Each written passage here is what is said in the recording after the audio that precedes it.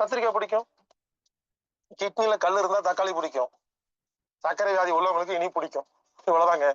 அதாவது சர்க்கரை வியாதிக்கு இனிப்பு சாப்பிட்டாதான் சர்க்கரை வியாதியே குணமாகும். எல்லாரும் சொல்றாங்க இனிப்பு சாப்பிடாதீங்க, சாப்பிட்டா சர்க்கரை வியாதி வந்துருன்னு. இனிப்பு சாப்பிட்டாதான் சர்க்கரை வியாதி குணமாகும். பிடிக்குதா இல்லையா? உங்க நாக்குக்கு எது பிடிக்குதோ அதாங்க மருந்து. நான் விளக்கமா சொல்றேன். அதாவது எது நமக்கு பிடிக்குதோ அதை சரியாக சாப்பிடும் பொழுது நமது உடலில் பஞ்சபூதங்கள் ஒழுங்காக வேலை செய்கிறது. அப்போ காலம் மாறுது. பூமி சுத்திட்டு இருக்கு, பஞ்சபூதங்கள்லாம் மாறுது, நவ கிரகங்கள்லாம் மாறுது, நட்சத்திரம் மாறுது, ராசி மாறுது, இப்படி எல்லாம் மாறிக்கிட்டே இருக்கு இல்லையா? அப்ப நம்ம உடம்புல பிடிச்சது பிடிக்காதும் மாறிட்டே இருக்குங்க. அதனால இனிமேல ரொம்ப எல்லாம் யோசிக்காதீங்க. எது பிடிச்சிருக்கோ சாப்பிடுங்க, அது உங்களுக்கு மருந்து. எது பிடிக்கலையோ சாப்பிட வேண்டாம். புரியலையா?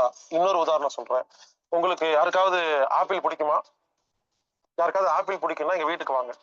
7 நாள் எங்க வீட்டுல தங்கணும். டெய்லி எப்பெல்லாம் பசிக்குதுன்னு சொல்றீங்களோ ஆப்பிள் மட்டும் தான் கொடுப்பேன். வேற எதுவுமே கண்ணுல காட்ட மாட்டேன்.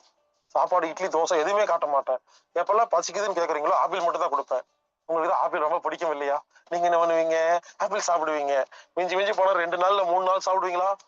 4வது நாள் காலையில பசிக்குதுன்னு சொல்றீங்க, நான் ஆப்பிள் எடுத்துட்டு வருவேன்.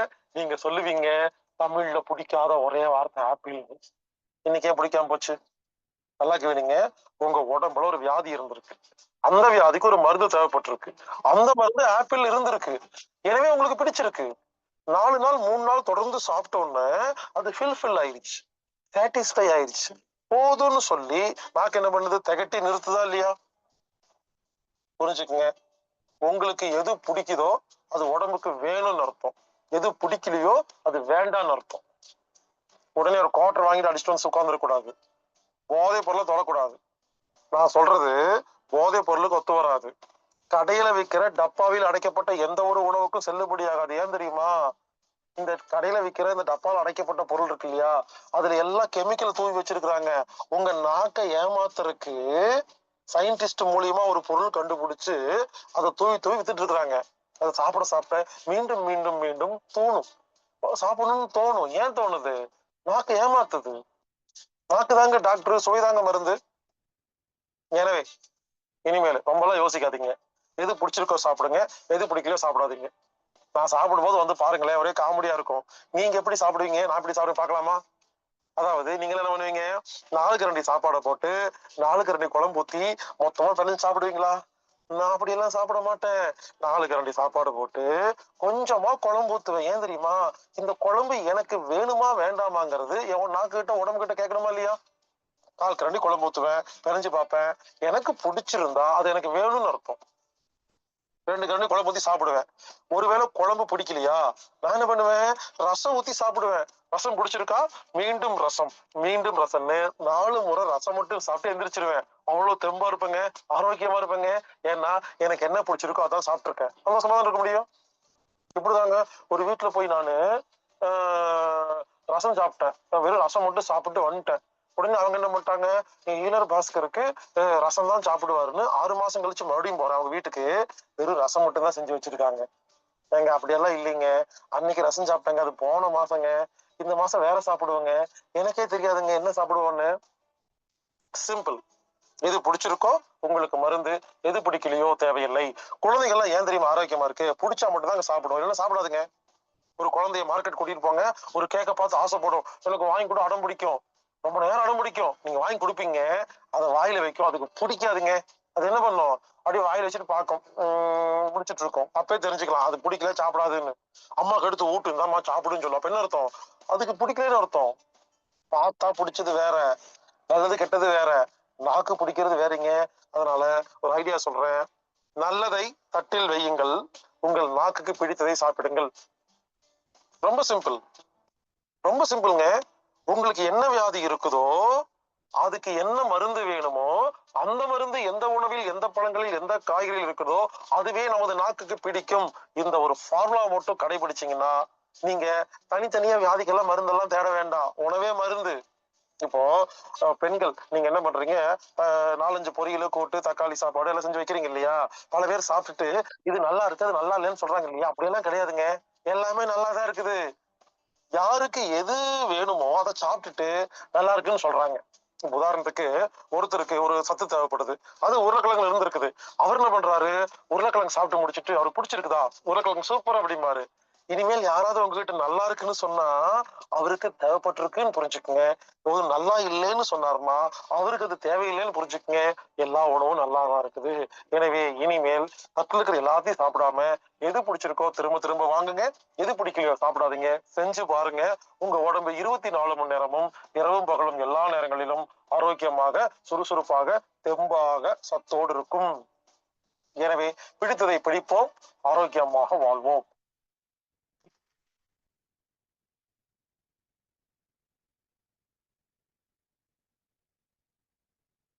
நன்றிங்க ஐயா. இன்றைய வேலை அற்புதமாக நமக்கு சிறப்பானதொரு சிந்தனையை ஏற்படுத்தி சிறப்பித்துக் கொடுத்த ஈழர் பாஸ்கர் ஐயா அவர்களுக்கு அனைவரின் சார்பாக நெஞ்சார்ந்த நன்றிகளையும் வாழ்த்துக்களையும் தெரிவித்துக் கொள்கிறோம். நன்றிங்க ஐயா. நிகழ்ச்சியின் அடுத்த நிகழ்வாக நமக்கு சிறப்பானது ஒரு ஒவ்வொரு வாரமும் வாழ்வின் ரகசியத்தை அடையும் வாழ்வின் நோக்கத்தை அடையும் ரகசியத்தை பற்றி சிறப்பாக நமக்கு விளக்கம் கொடுத்துட்டு இருக்காங்க இறை சாதனை மார்க்கத்தின் இறைமதன் ஐயா அவர்கள். சென்ற வாரம் ஒரு சிறப்பான நிகழ்வும், அதாவது ஒரு ரகசியத்துல எந்தெந்த இதை நம்ம கடைபிடிச்சோம்னா வாழ்க்கையில முன்னேற முடியும் அப்படிங்கிறதுக்கு சென்ற வாரம் ஈகையை பற்றி ஒரு அற்புதமான ஈகை என்பது என்ன, அதனுடைய கருத்துக்கள் என்ன, எந்த அளவுக்கு ஒவ்வொரு மனிதனும் ஈகை, அதாவது மற்றவர்களுக்கு உதவ வேண்டும், மற்றவர்களுக்கு கொடுத்து உதவ வேண்டும் என்பதை பற்றி அந்த இறைவனிடமே நாம் போய் பிச்சை கேட்கக்கூடாது, நாம் நன்றி சொல்ல வேண்டும் என்ற ஒரு அற்புத கருத்தை நமக்கு வலியுறுத்தி சென்றார்கள். உண்மையிலுமே வாழ்க்கையில நம்ம தெளிவுபடவில்லை என்றாலும் அவர்களுடைய அந்த வார்த்தையை, அந்த செஷனை கேட்டு அனைவரும் தெளிவடைந்திருப்பீர்கள் என்று நம்புகிறோம். ஏன்னா அதுலயும் ஒரு கருத்தை முன் வச்சாங்க. காலச்சக்கரம் என்பது இலவசமாக நடத்தப்பட்டாலும் ஒவ்வொரு மனிதரும் தங்களால் இயன்ற ஒரு அன்பான ஒரு பொருளுதவி கொடுத்து கூட நீங்க இது பண்ணலாம் அப்படிங்கிற ஒரு செஷனையே போன வாரம் நமக்கு சிறப்பா சொன்னாங்க. அதாவது எந்த அளவுக்கு மன நம்பிக்கை நமக்கு இருக்கிறதோ அந்த அளவுக்கு வாழ்க்கையில் நம்ம வெற்றி அடையலாம் அப்படிங்கிறத ஒவ்வொரு செயலிலும் நாம் காட்ட வேண்டும் அப்படிங்கிறத சிறப்பா சொல்லி அந்த ஈகையை பற்றி நமக்கு சென்ற வாரம் சொன்னாங்க.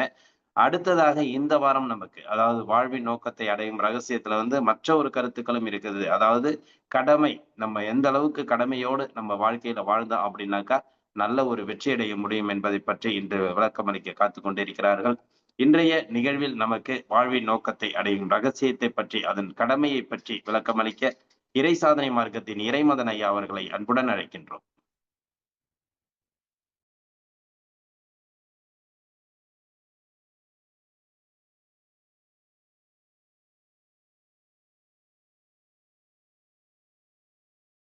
வாழ்க வளமுடன்.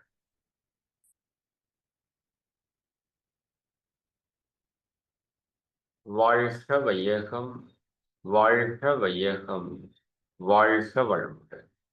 குரு வாழ்க, குருவே துணை. எல்லாம் வல்ல அருட்பேராற்றலையும் அதன் அனைத்து தன்மாற்ற நிலைகளையும் பஞ்சபூதங்களையும் நவக்கோள்களையும் பிரபஞ்ச அன்னையையும் அனைத்து உயிர்களையும் ஒரு சேர நினைந்து நன்றியுணர்வோடு வணங்கிக் கொள்வோம். ஆசான் அருட்தந்தை வேதாத்திரி மகரிஷி அவர்கள் உள்ளிட்ட அனைத்து குருமார்களும் நம்மோடு சூக்குமமாக நிறைந்திருந்து இன்றைய தெய்வீக நிகழ்வுகள் அனைத்தையும் மிக சிறப்பாக நிகழ்த்தி கொடுப்பாராக. வாழ்க வளமுடன், வாழ்க வளம், வாழ்க வளமுடன். நண்பர்களே, மிக்க மகிழ்ச்சி, ரொம்ப ரொம்ப சந்தோஷம். நம்ம வாழ்வினுடைய நோக்கத்தை அடையக்கூடிய ரகசியத்தை நாம சிந்தித்து கொண்டிருக்கிறோம் இல்லையா? வாழ்வினுடைய நோக்கம் என்ன என்பதுல நாம ரொம்ப தெளிவு பெற்றிருக்கிறோம்னு நம்புறேன் நான், நிச்சயமா. அப்ப அந்த நோக்கத்தை அடைவதற்கான வழி என்ன அப்படின்னா, அதுக்கு 12 செயல்பாடுகள் இருக்குது. அதைத்தான் நாம் இன்னொரு 12 வாரங்களுக்கு நாம் சிந்திக்க இருக்கிறோம். அப்ப அந்த 12 செயல்பாடுகள்ல ஒரு செயல்பாடு ஈகை. ஐயா அவங்க சொன்னது போல நம்ம கடந்த வாரம் நம்ம அதை பற்றி தான் ஆழமாக சிந்திச்சோம். இன்னைக்கு அதற்கு இன்னொரு தேவை. 12 தேவைன்னு நோட் பண்ணிக்கோங்க. உங்க வாழ்வினுடைய நோக்கத்தை அடைவதற்கு 12 தேவை. அது 1 by 1 வரும். சரிங்களா? இப்ப இந்த வாரம் நம்ம எடுத்திருக்கிறது கடமை என்ற ஒரு விஷயத்தை எடுத்திருக்கிறோம். அதாவது நமக்கு கடமையை பற்றி சிலது தெரியும். நமக்கு தெரியாது அப்படின்னு சொல்ல முடியாது. இப்போ உங்களோட கடமை என்ன அப்படின்னு கேட்டா, என் குடும்பத்தை நல்லா பார்த்துக்கிறது, என் பசங்களை நல்லா படிக்க வைக்கிறது, என்னோட பெற்றோருக்கு தேவையானதை செய்து கொடுக்கறது, இதெல்லாம் நம்மளுடைய கடமை அப்படின்னு நம்ம சொல்லுவோம் இல்லையா? பொதுவா அம்மா அப்பாவை பார்த்துக்க வேண்டியது நம்ம டியூட்டி, நம்ம கடமை தானே. சரிங்களா? ஏன் அம்மா அப்பாவை பார்த்துக்கிறது நம்ம கடமை, ஏன் குழந்தைகளை வளர்த்துறது நம்மளோட கடமை அப்படின்னா, இப்ப என்னோட அம்மா அப்பாட்ட இருந்து நான் நிறைய கடன் வாங்கியிருக்கிறேன். சரிங்களா? கடமை அப்படிங்கிறது என்னன்னு மகிழ்ச்சி சொல்றாங்கன்னா, கடன் கடன் மை விகுதி பெற்று கடமையாயிற்று என்று சொல்லுவாங்க. ஆக்சுவலா அது பேர் கடன் தான். இப்ப என்னுடைய வாழ்க்கைக்கு என்னோட பெற்றோர்களிடமிருந்து நான் எவ்வளவு விஷயத்த வாங்கியிருப்பேன். இப்ப நீங்க ஒருத்தர்ட்ட இருந்து ஒரு 1,00,000 ரூபாய் வாங்குனீங்கன்னா அதை கடன் சொல்றீங்கல்ல. அப்ப அதை கொஞ்சம் கொஞ்சமா திருப்பி கொடுத்து அந்த கடனை கட்டுறீங்கல்ல. சரிங்களா? அதைத்தான் மகிழ்ச்சி சொல்றாங்க. டியூட்டி அப்படிங்கிற வார்த்தையை பிரிச்சு போட்டா, due to the society is called duty. சரிங்களா? Due to the society. சொசைட்டினா இந்த சமுதாயத்திற்கு நாம கட்டி கொண்டிருக்கிற டியூ தான் நம்மளுடைய டியூட்டி. சரிங்களா? அப்போ என்னுடைய பெற்றோர்களிடமிருந்து நான் எவ்வளவோ விஷயத்த கடனா வாங்கியிருக்கிறேன். யோசித்து பாருங்களேன். நம்ம உடல் யார் கொடுத்தது? நம்ம அம்மா அப்பாவோட உயிரணு கருமுட்டை ரெண்டும் சேர்ந்து அம்மா சாப்பிட்ட சாப்பாட்டுல நம்ம வளர்ந்து, அதுக்கப்புறம் அம்மா வயிற்றுக்குள்ளேருந்து வந்து நாம இது நாள் வரைக்கும் ஒரு குறிப்பிட்ட வயது வரைக்கும் முழுமையா அம்மா அப்பாவை சார்ந்து அவங்களோட உழைப்புல அவங்களோட ஆற்றல்ல தான் நம்ம வளர்ந்துருக்கிறோம். சரிங்களா? இப்ப நம்ம பெற்றோருக்கு நம்ம எவ்வளவு கடன் பட்டிருப்போம்னு நினைக்கிறீங்க? சொல்ல முடியாத அளவிற்கு நம்ம பெற்றோருக்கு கடன் பட்டிருக்கோம். அதனாலதான் நம்ம முன்னோர்கள் சொல்றப்ப மாதா பிதா குரு தெய்வம்னு சொன்னாங்க. சரிங்களா? மாதா அம்மாவோட அளவுக்கு இந்த பிறப்புல நமக்கு வேற யாராலையும் நல்லது செய்ய முடியாது இல்லையா? ஒரு தாயினுடைய தன்மை எவ்வளோ பெரிய தன்மை, எவ்வளோ உயர்ந்த தன்மை. அப்ப அந்த அம்மா நமக்கு பண்ணியிருக்கிற தியாகம் அளவிற்கு உலகத்துல யாராலையும் நம்மளால தியாகம் பண்ண முடியாது. ஒரு பாட்டுல கூட சொல்லுவாங்கல்ல, 7 ஜென்மங்கள் எடுத்தாலும் கொடுத்தாலும் உனக்கிங்கு நான் பட்ட கடன் தீருமா. இந்த அம்மா என்று அழைக்காத உயிரிலேயே பாட்டுல ஒரு வரி வரும். 7 ஜென்மங்கள் 14 ஜென்மங்கள் எடுத்து உனக்கு நான் என்னதான் கொடுத்தாலும் நீ எனக்கு கொடுத்த விஷயத்திற்கு நான் பட்ட கடன் தீருமான்னா தீராது. அதனால ஹிந்து தர்மத்துல ஒரு பழக்கம் இருக்கு. ஒருவர் உயர்ந்த நிலையான அந்த சந்நியாசத்தை பெறுகிறார்னு வச்சுக்கோங்க. இந்து தர்மத்துல ஆன்மீகத்துல ஒரு உயர்ந்த நிலை சந்நியாசம் பெறுவது. சந்நியாசம்னா நிறைய பேர் என்ன நினைக்கிறாங்கன்னா விட்டுட்டு ஓடிடுறதுன்னு நினைக்கிறாங்க. அது அப்படி அல்ல. சரிங்களா? சந்நியாசம்னா என்னன்னா, இந்த 4 பேர் இருக்கிற குடும்பத்தை என்னோட குடும்பமா இத்தனை நாள் நான் நினைச்சிட்டு இருந்தேன். நான் சந்நியாசம் வாங்கிட்டேன் அப்படின்னா இந்த 800 கோடி பேர் இருக்கிற உலகமும் என்னுடைய குடும்பமாக நான் பார்க்கிறேன். இந்த சிறிய எல்லையிலிருந்து உடைந்து விரிந்து நான் என்னுடைய எல்லையை விரித்து கொள்கிறேன் அப்படிங்கிறது தான் சந்நியாசம்.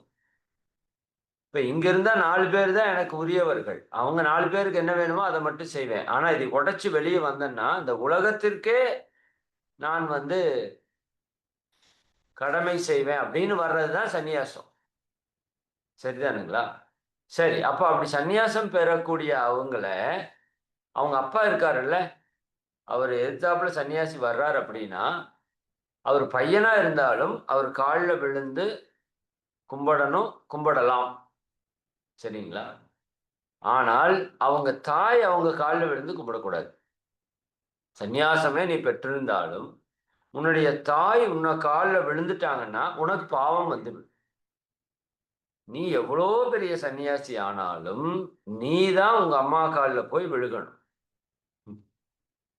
இதுதான் இந்து தர்மம் பெண்களுக்கு குறிப்பா தாய்மைக்கு கொடுத்திருக்கிற சிறப்பு. ஏன்னா ஒரு உயிரை பெற்று வளர்ப்பதுல அந்த தாய்க்கு நிகராக யாரையுமே சொல்ல முடியாது. தந்தை கூட இரண்டாவது தான். சரிங்களா? அதனாலதான் அவ்வளவு உயர்வா இருக்கிற அந்த தாயை, பெண்ணினத்தை இந்த பூமிக்கு பேர் பூமாதேவி என்று வைத்திரு. நம்மை தாங்கி நமக்கு தேவையான எல்லாவற்றையும் கொடுத்து நம்மை காத்து கொண்டிருக்கிற தன்மை எதுவோ அதுதான் பெண் தன்மை. சரிங்களா? அதுதான் பூமிக்கு பேர் கொடுத்திருக்காங்க. சரிங்களா? அப்ப பெண்ணினுடைய தன்மை என்ன அப்படிங்கறத முதல் புரியணும். நதிகள் எல்லாம் பெண்களோட பேர்ல தான் ஓடுது. ஏன்? சென்ற இடத்திலெல்லாம் செழிப்பாக்கி கொண்டு குளிர்ந்த தன்மையோடு, புரியுதா இல்லைங்களா, எல்லா உயிர்களையும் தோற்றுவித்து காத்து கொண்டிருக்கிற ஒரு அற்புதமான விஷயம் அந்த நதி. அது பெண்மையில் இருக்கணுங்கிறதுக்காக அந்த பேர் வச்சிருக்காங்க. புரியுதுங்களா? அப்போ நான் என்ன சொல்ல வரேன்னா, நான் என்னுடைய தாய்க்கு நான் பட்ட கடன் என்பது சாதாரண விஷயம் அல்ல. நாம் அது பேசினாலே ஒரு நாள் பேசலாம், 1 மணி நேரம் பேசலாம். அதெல்லாம் பின்னாடி பார்ப்போம். அப்போ உங்க புரிஞ்சுக்க வேண்டியது என்னன்னா, என்னுடைய தாய்க்கும் தந்தைக்கும் நான் கடன் பட்டிருக்கிறேன். இந்த வாழ்க்கையில, இந்த பிறப்புல அவங்க அளவுக்கு யாராலையும் எனக்கு நன்மை செய்ய முடியல. அதற்கு அடுத்தது யாருன்னா குரு. சரிங்களா? குரு தான் நம்ம கிட்ட இருக்கிற அறியாமை எல்லாம் போக்கி, சரிங்களா? போன வகுப்புல ஈகைன்னு ஒண்ணு பேசணும். அதுக்கு முன்னாடி உங்களோட அறிவு நிலையில ஈகைங்கிறது என்னன்னு இருந்தது, அதற்கு அப்புறம் எப்படி இருக்குது? சரிங்க. அப்ப அதுக்கு அந்த அறிவை கொடுத்தது யார்? குரு மகான்கள், ஞானிகள், யோகிகள், சித்தர்கள். சரிதானே? அப்ப அவங்க இல்லைன்னா இப்ப அம்மா அப்பாவோட வேல்யூவே நமக்கு தெரியாதே. அவங்க நமக்கு சொன்னங்காட்டி தானே அம்மாவோட வேல்யூ இவ்வளோ, அப்பாவோட வேல்யூ இவ்வளோ, வாழ்க்கையோட வேல்யூ இவ்வளோ, எல்லாமே புரியுது. நம்ம வாழ்க்கையை சிறப்பா வாழ்றோம். அப்ப அதனாலதான் சொன்னாங்க மாதா பிதா குரு, அதுக்கப்புறம் தான் தெய்வம். அப்ப அம்மா அப்பாவுக்கு நம்ம கடன் பட்டிருக்கிறோம். ஏன்னா அவங்களோட உழைப்பு, அவங்களோட அறிவு, அவங்களோட ஆற்றல் எல்லாத்தையும் கொடுத்து என்னை பெற்று வளர்த்திருக்கிறாங்க. அப்ப அவங்களுக்கு நான் கடன் பட்டிருக்கேன்ல. அப்ப அவங்களுக்கு நான் செய்ய வேண்டியது கரெக்டா செய்யணுமா வேண்டாமா? செய்யணும். சரிங்களா? அப்ப நாம இறையுணர்வை பெறணும்னா அதுக்கு எது தடையா இருக்குதுன்னா, நாம் பெற்று இருக்கிற கடன் தான். அதுதான் கர்ம வினைகளாக இருக்குது. இந்த கடனை கட்டணும். சரிங்களா? அப்ப இந்த கடன் கட்டுற வேலை தான் நம்ம வாழ்க்கையே என்று நீங்க வைத்துக் கொள்ளுங்க. இந்த வாழ்க்கை முழுக்க நம்ம எத்தனையோ பேருக்கு கடன் பட்டிருக்கோம், அது எல்லாம் திருப்பி கட்டணும். கடனை கட்டி முடிச்சிட்டீங்கன்னா உங்களுக்கு இறை உணர்வு வந்துடும், முக்தி வந்துடும். சரிங்களா? அப்ப இந்த வாழ்க்கை எதற்காக? கடனை அடைப்பதற்காக, கர்மாவை கழிப்பதற்காக. இப்போ உங்க வீட்டுல அம்மா அப்பா இருக்காங்க. அவங்களுக்கு தேவையானது செய்ய வேண்டியது என்னுடைய கடமை.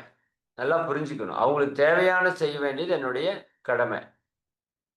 இதே பக்கத்து வீட்டுல ஒரு அம்மா அப்பா இருக்காங்க. அவங்களுக்கு தேவையானது செய்ய வேண்டியது என்னுடைய கடமையா? சொல்லுங்க. இல்ல. சரிதானுங்களா? இல்ல ஒரு ரோட்ல ஒரு அம்மா உட்கார்ந்துட்டு இருக்காங்க. ரொம்ப வயசான ஒரு அம்மா, யாருமே துணைக்கு இல்ல, அனாதை மாதிரி இருக்காங்க, பிச்சை எடுத்துட்டு இருக்காங்க. இந்த அம்மாவுக்கு சாப்பாடு வாங்கி கொடுக்க வேண்டியது என்னோட கடமையா? இல்ல. ஏன்னா அந்த அம்மாட்ட நான் எதுவுமே கடன்படல. என்னுடைய அம்மாவுக்கு சாப்பாடு வாங்கி கொடுக்கணும், சாப்பாடு கொடுக்கணும், என்னுடைய அம்மாவுக்கு தேவையெல்லாம் நிறைவேற்ற வேண்டியது என்னுடைய கடமை. ஆனா ரோட்ல ஒரு அம்மா உட்கார்ந்துட்டு இருக்காங்க, அவங்களுக்கு சாப்பாடு வாங்கி கொடுக்க வேண்டியது என்னோட கடமை அல்ல. நல்லா புரிஞ்சுக்கணும். இது ரொம்ப நுட்பமான விஷயம்.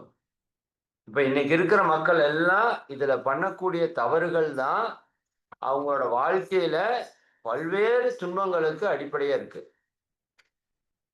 புரியுதுங்களா? அப்போ இந்த கடமையை பற்றிய சரியான புரிதல் இல்லாததால நமக்கு என்ன நடக்குது? அதை தப்பா நம்ம எடுத்துக்கிறோம். தப்பா எடுக்கிறதால நிறைய பிரச்சனைகளை நம்ம சந்திக்கிறோம். அதனால இந்த புரிதலை நீங்க நல்லா ஆழமா எடுத்துக்கணும். இப்ப ரோட்ல ஒரு அம்மா உட்கார்ந்து இருக்காங்க, அவங்களுக்கு நான் செய்தே ஆகணுமா அப்படின்னு கேட்டா, நான் செய்தே ஆக வேண்டிய அவசியம் இல்லை. முடிஞ்சா செய்யலாம், இல்லாட்டி விட்டுறலாம். அதைத்தான் நாம என்ன சொல்றோம்? ஈகை என்று நம்ம சொல்றோம்.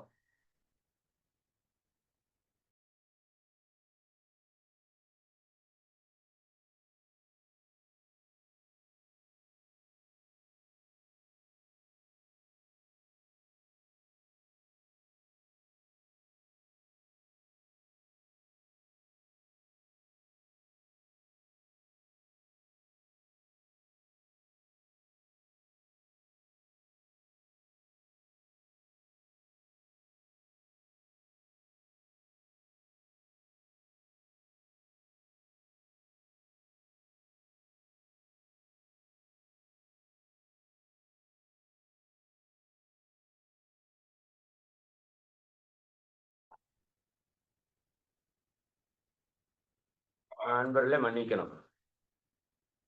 அப்போ கடமையில நம்மளோட புரிதல் ரொம்ப கரெக்டா இருக்கணும்.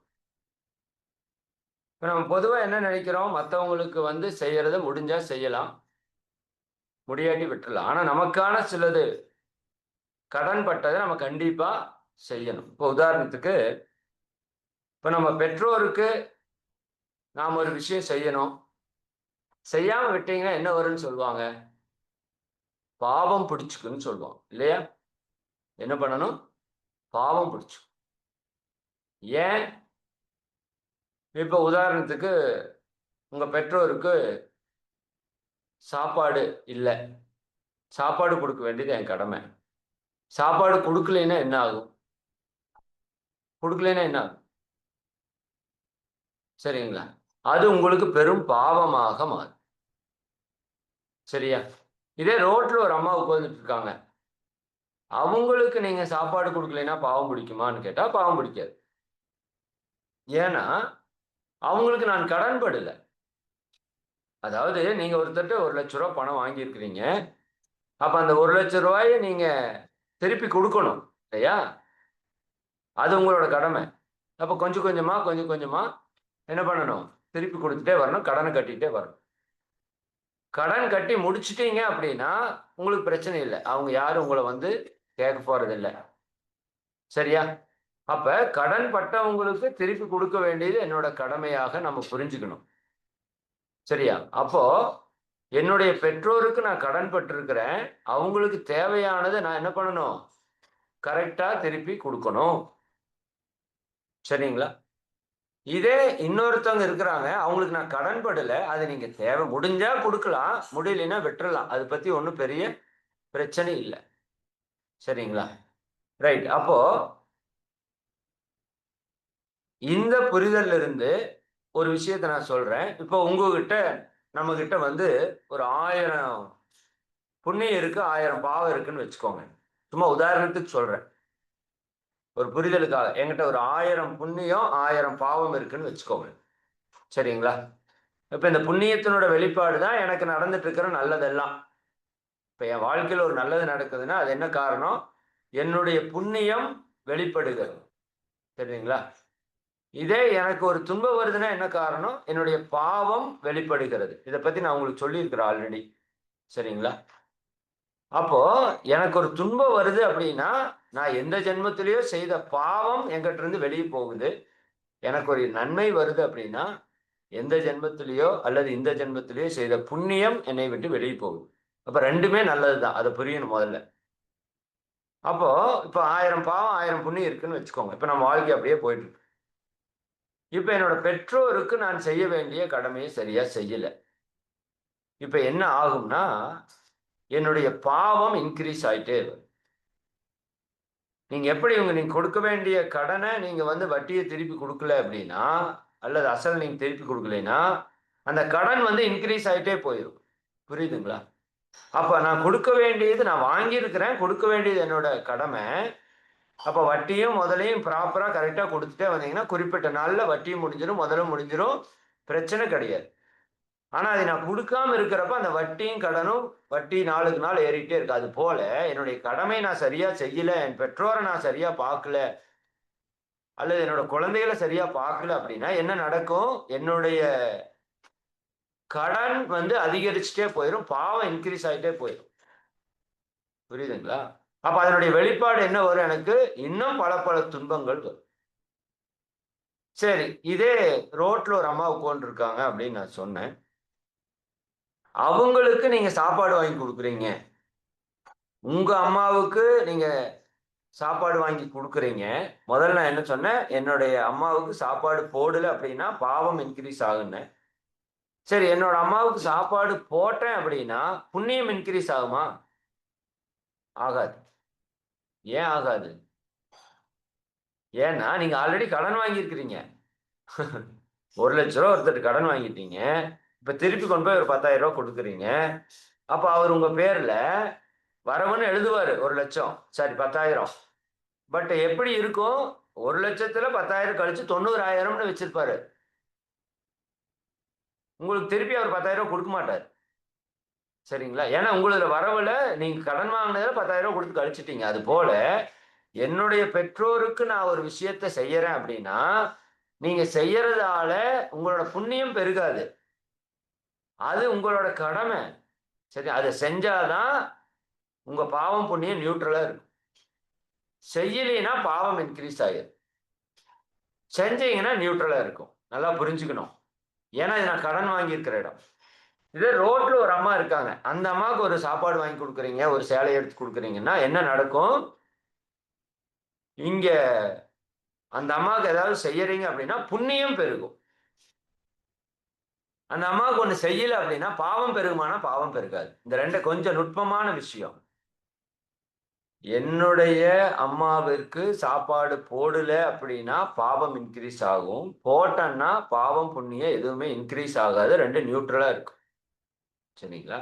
இதே ரோட்ல இருக்கிற ஒரு அம்மாவுக்கு சாப்பாடு வாங்கி கொடுத்தேன் அப்படின்னா புண்ணியம் இன்க்ரீஸ் ஆகும், கொடுக்கலைன்னா ரெண்டு நியூட்ரலா இருக்கும். ரோட்ல இருக்கிற அம்மாவுக்கு சாப்பாடு கொடுக்கலைன்னா எனக்கு பாவம் பிடிச்சுக்குமா அப்படின்னு கேட்டா பிடிக்காது. ஏன்னா உங்களால முடிஞ்சா கொடுக்கலாம், முடியாட்டி விட்டுறலாம். ஏன்னா அந்த அம்மாவுக்கு நம்ம ஒன்றும் பெருசா கடன் படல. அண்டர்ஸ்டாண்ட் ஆச்சா? தெளிவாயிடுச்சா? சரிங்களா? இப்போ இந்த கடமை உங்க எல்லாருக்குமே தெரியும். இது என்னோட குடும்பத்திற்கான கடமை அப்படின்னு சொல்றோம். இப்ப என்னோட குழந்தையை நல்லா நான் படிக்க வைக்கணும், அவங்கள ஒழுக்க பழக்கத்தோட வளர்த்தணும். புரியுதுங்களா? கொஞ்ச நேரத்துல எந்திரிக்க வைக்கணும், உடற்பயிற்சி செய்ய வைக்கணும், தியானம் செய்ய வைக்கணும், கரெக்டான நேரத்துக்கு சாப்பாடு கொடுக்கணும், நல்லா ஸ்கூலுக்கு அனுப்பணும். சரிங்களா? அப்ப இதெல்லாம் செய்ய வேண்டியது என்னுடைய கடமை. சரிங்களா? ஏன்? இப்ப பெற்றோர்கள் நமக்கு செஞ்சிருக்கிறாங்க, கடன் பட்டிருக்கிறோம், ஓகே. பிள்ளைகள் நமக்கு என்ன செஞ்சிருக்கிறாங்க? பிள்ளைகளுக்கு நம்ம தான் செஞ்சுட்டு இருக்கிறோம். சரிங்களா? ஆனா பிள்ளைகளுக்கு செய்யறது கூட கடமைன்னு சொல்றோம். ஏன்? பிள்ளைங்க நமக்கு என்ன ஏதாவது செஞ்சிருக்காங்களா? கிடையாது. அவங்க என்ன சம்பாதிச்சுட்டு வந்து கொடுத்தாங்களா? அவங்க ஏதாவது நம்ம பார்த்துக்கிட்டாங்களா? அப்படின்னா கிடையாது. ஃபியூச்சர்ல பார்த்துக்குவாங்களே தவிர இப்போ ஒன்றும் பண்ணல. ஆனா அது ஏன் கடமைன்னு சொல்றோம் அப்படின்னா, நல்லா புரிஞ்சுக்கோங்க. அந்த குழந்தைன்னு ஒண்ணு பிறக்கலைன்னா நம்மளை என்னன்னு சொல்லுவாங்க. சரிங்களா? அந்த வார்த்தை உங்களுக்கு தெரியும். குழந்தை இல்லாதவங்கள என்ன சொல்லி திட்டுவாங்க, இந்த சமுதாயம் எப்படி பேசும். சரிதானுங்களா? அப்ப அந்த இழிச்சொல் பழிச்சொல்லில் இருந்து என்னை காப்பாற்றியது யாருன்னா அந்த குழந்தை தான். சரிங்களா? அந்த குழந்தை இல்லை அப்படின்னா என்னுடைய பெயர் என்ன, என்னுடைய வாழ்க்கை என்ன, என் வாழ்க்கையில எவ்வளவு நான் கஷ்டத்தை பட்டிருப்பேன். சரிங்களா? இன்னும் அந்த குழந்தை மூலமா எவ்வளவு சந்தோஷத்தை நம்ம அனுபவிக்கிறோம். சரிங்களா? அந்த குழந்தை மூலமா எவ்வளவு மகிழ்ச்சி நம்ம அனுபவிக்கிறோம். அப்போ என்னுடைய பெயரை எனக்கு ஒரு அம்மா, எனக்கு ஒரு அப்பா அப்படிங்கிற தகுதியை யார் கொடுத்திருக்கிறா? அந்த குழந்தை தான் கொடுத்திருக்கு. புரியுது? அந்த குழந்தையாலதான் எனக்கு அந்த தாய்மை உணர்வு, அப்பாங்கிற பட்டம் எல்லாமே கிடைச்சிருக்கு. அப்ப அந்த குழந்தைக்கு நான் நன்றியுடையவனாக இருக்க வேண்டும். சரிங்களா? அப்ப குழந்தைக்கு செய்ய வேண்டியது என்னுடைய கடமை. அப்ப என்னோட குழந்தைய நான் படிக்க வச்சேன் அப்படின்னா எனக்கு புண்ணியம் கிடைக்குமானா கிடையாது. அதே படிக்க வைக்கல, சரியா என்னோட குழந்தைய நான் பார்த்துக்கலைன்னா எனக்கு பாவம் முடியும். என் குழந்தையை நான் தான் பெத்துக்கிட்டோம். அப்ப என்னோட குழந்தைக்கு தேவையான சரியான ஒரு வாழ்வியலை, சரியான ஒரு ஒழுக்க பழக்கத்தை நான் கத்துக் கொடுக்கலைன்னா எனக்கு என்ன ஒரு பாவம் வரும். இதே பக்கத்து வீட்டுல ஒரு குழந்தை இருக்கு, அல்லது ரோட்ல ஒரு குழந்தை தெரிஞ்சிட்டு இருக்கு, அந்த குழந்தைக்கு சோறு போட்டா எனக்கு புண்ணியம் இன்க்ரீஸ் ஆகும். சோறு போடலைன்னா ஒன்றும் பிரச்சனை இல்லை. முடிஞ்சா போடலாம், முடியாட்டி விட்டுலாம். புரியுதா? நான் உன்னை வேலை திரும்ப திரும்ப சொல்றேன். அப்போ நீங்க செய்ய வேண்டிய கடமையை நீங்க சரியா செய்தே ஆகணும். கடமையை நீங்க சரியா செய்யல அப்படின்னா நிச்சயமா உங்களுக்கு பாவம் இன்க்ரீஸ் ஆகும். உங்க வாழ்க்கையில் துன்பம் தான் வரும். சரிங்களா? சரி, இப்ப ஒரு பாயிண்ட் நான் சொல்லிட்டேன். இப்ப இது குடும்பத்துக்கான கடமை அப்படின்னு உங்க எல்லாருக்குமே தெரியும். இன்னும் இந்த கடமையில 4 கடமை இருக்கு. முடிஞ்சா எழுதி வச்சுக்கோங்க. ஒரு கடமை எல்லாருக்கும் தெரியும், குடும்பத்துக்கு செய்யறது. அதுக்காக தான் காத்தால எந்திரிச்சு தின்னு திங்காம ஓடுறோம் உழைக்கிறதுக்கு. சரிங்களா? ஏன்? என் குடும்பத்தை நல்லா பார்த்துக்கணும். புரியுதா இல்லைங்களா? அப்போ இந்த கடமை எல்லாருக்கும் தெரிஞ்சிருக்கு. இன்னும் 4 கடமை யாருக்குமே தெரியாது. அதைத்தான் மகரி சொல்றாங்க. 5 வகை கடமை மனுஷனுக்கு இருக்கு. முதல் கடமை யாருக்குன்னா, ஃபர்ஸ்ட் கடமை தனக்கான கடமை. ஃபர்ஸ்ட் கடமை யாருக்கு? தனக்கான கடமை. இது யாராச்சும் தெரியுமா? தெரியாது. நான் சொல்றேன். ஃபர்ஸ்ட் கடமை தனக்கானது. 2வது தான் குடும்பத்துக்கு. 3வது நம்மோட சுற்றம். 4வது ஊர். 5வது உலகம். தான், குடும்பம், சுற்றம், ஊர், உலகம். சரிங்களா? இந்த சுற்றம், ஊர், உலகம் இது எல்லாத்தையுமே கூட ஒரே லிங்க்ல வைக்கலாம். நான் சொல்றேன், அதை பத்தி சிம்பிளா சொல்லிடுறேன். ஃபர்ஸ்ட் கடமை தனக்கான கடமை. தனக்கான கடமை என்ன சார்? எனக்கு என்ன சார் நான் கடன் பட்டிருக்கேன் அப்படின்னு உங்களுக்கு தோணலாம். அதுக்கு உங்களுக்கான புரிதல் என்ன இருக்கணும்னா, இந்த உடம்புன்னு நீங்க சொல்றீங்கல்ல, இந்த உடம்பு நீங்கள் அல்ல என்ற ஒரு புரிதல் இருக்கணும். சரிங்களா? இந்த உடல் நீங்கள் அல்ல.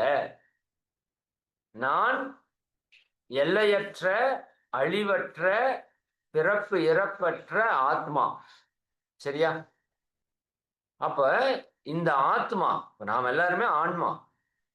இந்த ஆன்மா இறைவனிலிருந்து மறுபடியும் இறைவனை உணர்றதுக்கு முயற்சி பண்ணிட்டு இருக்கு. அதுல கர்ம வினைகள் எல்லாம் நம்ம சேர்த்து வச்சிருக்கிறோம். அந்த கர்ம வினையெல்லாம் கழிக்கிறதுக்கு தான் நமக்கு இந்த உடல் இருக்கு, உயிர் இருக்கு, மனம் இருக்கு. இந்த உடல் நீங்கள் அல்ல. இதை பத்தி ஒரு தத்துவம் இருக்கு, அது பின்னாடி பேசுவோம். சரியா? இப்ப இது என்னுடைய வாட்ச் அப்படின்னு நான் சொல்றேன். என்னுடைய வாட்ச். இந்த வாட்சை உடையவன் நான்.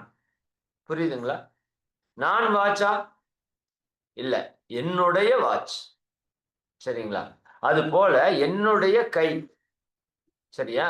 நான் கை அல்ல. என்னுடைய உடல், என்னுடைய உயிர், என்னுடைய மனம். புரியுதா உங்களுக்கு? உங்களுடையதுதான் இந்த உடல், உங்களுடையது இந்த உயிர், உங்களுடையது இந்த மனம், உங்களுடைய உடைமை பொருள் இதெல்லாம். இப்ப நான் ஆத்மா, நான் இறையுணர்வு பெறுவதற்காக இந்த உடல் எனக்கு உதவி கொண்டிருக்கிறது. நல்லா புரிஞ்சுக்கணும். இந்த உடல் எனக்கு உதவி கொண்டிருக்கிறது. எதுக்காக? நான் இறையுணர்வு பெறுவதற்காக. இந்த ஹார்ட் நிக்காம ஓடிட்டு இருக்கு, அதுக்காக ஓடுது? ஹார்ட்டுக்காக ஓடுதா, நமக்காக ஓடுதா? நான் இறையுணர்வு பெறுவதற்காக ஓடிட்டு இருக்கு. இந்த லங்ஸ் நான் இறையுணர்வு பெறுவதற்காக இயங்கிட்டு இருக்கு. இந்த கிட்னி, கல்லீரல், இந்த உடல் இயக்கம் எல்லாமே நான் இறையுணர்வு பெறுவதற்காக இது எனக்கு உதவி கொண்டிருக்கிறது. காலையில் எந்திரிச்சதுல இருந்து நைட் தூங்குன வரைக்கும் எத்தனை வேலை செய்யுது இந்த உடம்பு. அப்ப இந்த உடல் கிட்ட நீங்க கடன் பட்டிருக்கிறீங்களா? சொல்லுங்க. உங்க ஹார்ட் கிட்ட நீங்க கடன் பட்டிருக்கீங்களா? ஆமா. ஒரு நாளைக்கு 1,00,000 முறை துடிக்குது உங்களுக்காக. சரிங்களா? ஒரு வருஷத்திற்கு 4 கோடி முறை துடிக்குது உங்களுக்காக. உலகத்துல வேற யாராலையும் இது செய்ய முடியாது. அப்ப உங்களுக்காகவே இயங்கிக் கொண்டிருக்கிற இந்த உடலுக்கு நான் கடன் பட்டிருக்கிறேன். அப்ப இந்த உடலுக்கான கடமை என்ன? உடற்பயிற்சி செய்வது, யோக பயிற்சி செய்வது. இந்த உடலை காத்தால இருந்து சாயங்காலம் வரைக்கும் வேலை வாங்குறோம். பட் அதுக்கு ஏதாவது திருப்பி நன்றி கடனா செலுத்துறோமா? ஒரு 5 நிமிஷம் 10 நிமிஷம் அரை மணி நேரம் யோக பயிற்சி செய்யறோமானா கிடையாது. பெரும்பாலான மக்கள் கிடையாது. அப்ப கடனை திருப்பி கொடுக்கலன்னா என்ன ஆகும்? வட்டி முதலமா இன்க்ரீஸ் ஆகி நோய் வந்துடும், செத்து போயிடுவீங்க. உங்க உடலுக்கு செய்ய வேண்டிய கடமையை நீங்கள் சரியாக செய்ய வேண்டும். எப்படி உங்க கடமையை பெற்றோருக்கு செய்யலைன்னா பாவம் பிடிச்சுக்குமோ, அது போல உங்க உடலுக்கு செய்ய வேண்டிய கடமை செய்யலைன்னா பாவம் பிடிக்கும், நோய் வரும். அதான் இன்னைக்கு அனுபவிச்சுட்டு இருக்கோம். இந்த உடலுக்கு செய்ய வேண்டிய கடமை வேற என்ன? உடற்பயிற்சி செய்யணும், சாப்பாடு கரெக்டா சாப்பிடணும். சரிங்களா? ஏன்னா இந்த உடல் சாப்பாட்டினால்தான் வாழுது. இந்த உடல்கிட்ட வேலை வாங்குறீங்க, ஒருத்தர்கிட்ட வேலை வாங்குறீங்க, சம்பளம் கொடுக்கணுமா வேண்டாமா? கரெக்டா சம்பளம் கொடுக்கல அவர் எத்தனை நாளைக்கு வேலை செய்வார்?